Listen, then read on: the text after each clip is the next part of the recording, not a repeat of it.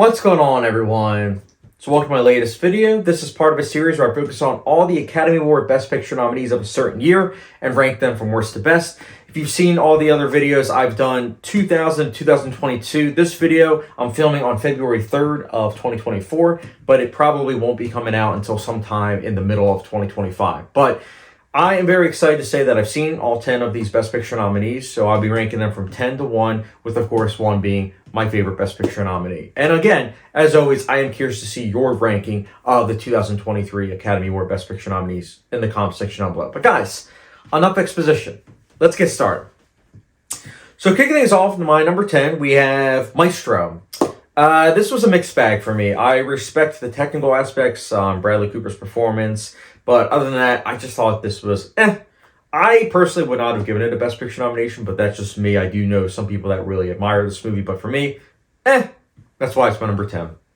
Next up, my number 9. Before I say my number 9, just know that my number 7 and 9 is kind of interchangeable. It's actually quite difficult. It was very, very difficult. But anyways, my number 9, we have Past Lives. This is a rock-solid film. I saw it twice, and I liked it a tad less on second viewing, but it's still a film that I do admire its organic presentation in terms of the natural flowing dialogue, the performances, just a well-crafted film. I thought it was solid. I can definitely see why many people love this film, but for me, it's rock solid. I liked it. That's why it's my number 9. Next up, my number 8, we have the phenomenon of 2023, and that is Barbie. So Barbie I saw in theaters, quite liked it. Saw it a second time when I borrowed it from the library on Blu-ray. And I thought this was rock solid on the second viewing. I liked it. I definitely still had issues with it, but the production design, the soundtrack, the acting, it's all quite good. I definitely really like this film, and I can definitely see myself watching it again. But yeah, I enjoyed it. And yeah, that's why it's my number 8. I know that it's probably going to be up a lot higher on some people's lists, but yeah, especially my number 7 and 8, I was battling back and forth because my number 7 and 8, it's like one is highly entertaining and then the other one isn't entertaining, but it's quite important. So that's what I was battling back and forth. Barbie is, of course, the film that I found to be quite entertaining versus my number 7, that is The Zone of Interest, a film that I watched last night, and my knee-jerk reaction was that I thought it was solid. But then driving home and just thinking about it more and more, it was one of those films where I was like, okay, similar to something like First Reformed, I can see this being one of those films that I rewatch and I like it even more and respect it even more. It's one of those films where because everything is done from a distance, you aren't necessarily aren't involved with the film. So you're watching it as just like, someone that's, a bird's eye view of everything. So you're pretty much someone that's watching this everyday slice of life approach from these individuals. And I can't even really call them characters because it's just, people going about their everyday lives. So you don't feel that attachment. And because of that, many viewers are going to feel isolated.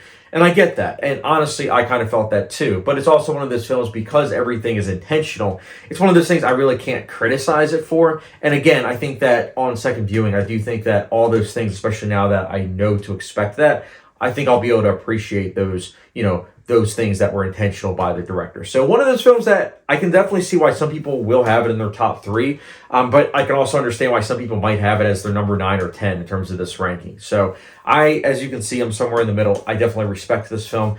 Just didn't love it the way some people did, but still, I liked it enough, and yeah, definitely respect it. That's why it's my number 7.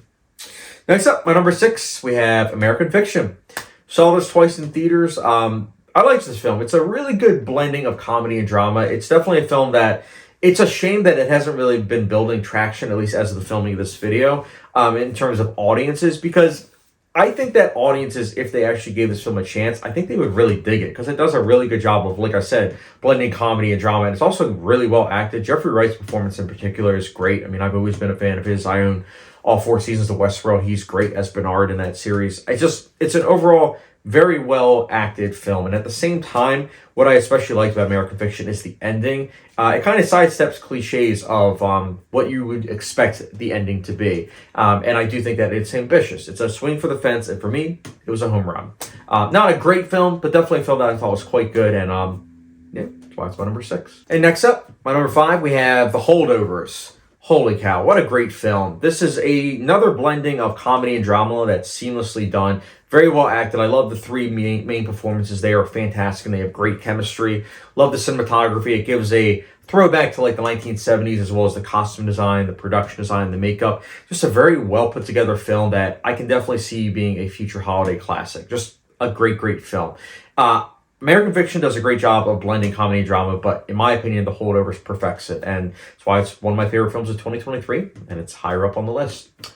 So yeah, The Holdovers was my number 5. Next up, my number 4, we have Killers of the Flower Moon, the latest Scorsese film, and yeah, it's fantastic. I hope that this gets a physical media release because I will definitely be picking it up on 4K.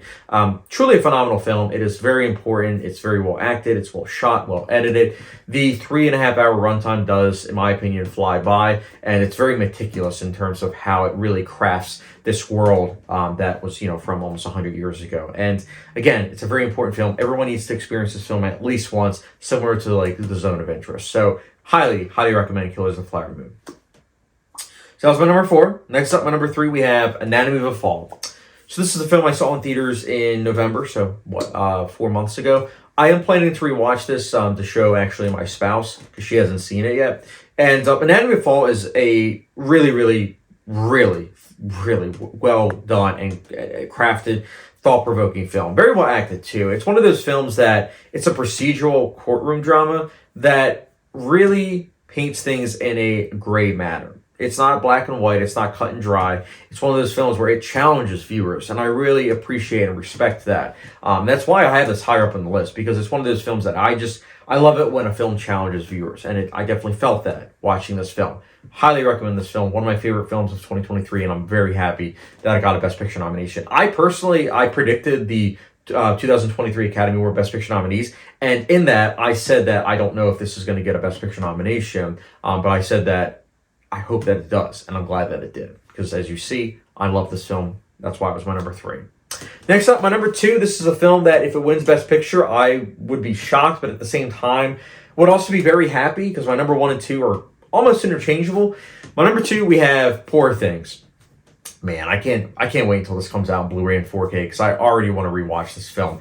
I loved Poor Things. I think it is Yorgos Lanthimos' masterpiece. Emma Stone does a great job. William Dafoe, Mark Ruffalo, makeup, production design, cinematography. There's a reason why I racked up 2 digits worth of Oscar nominees. I hope this wins big at the Oscars because, again, it's a great film. It's very weird. It's not for everyone. I know that some people are kind of prudish in terms of sex and nudity. Not the film for you because there is a lot of that. But just an overall very ambitious film. I love this film. Highly recommend to open-minded individuals. This is a fantastic film. Loved it. That's why it's my number 2. That's actually kind of funny because my number 1 and 2 are actually my number 1 and 2 for my top 10 films of 2023 list. So doesn't happen often, but here we are. So that was my number 2. My number 1, you guys probably guessed it. I think this might win Best Picture. We'll see. You guys will know. You're watching this. You'll be watching this in 2025 while I'm filming this in 2024. But anyways, my number 1, we have Oppenheimer.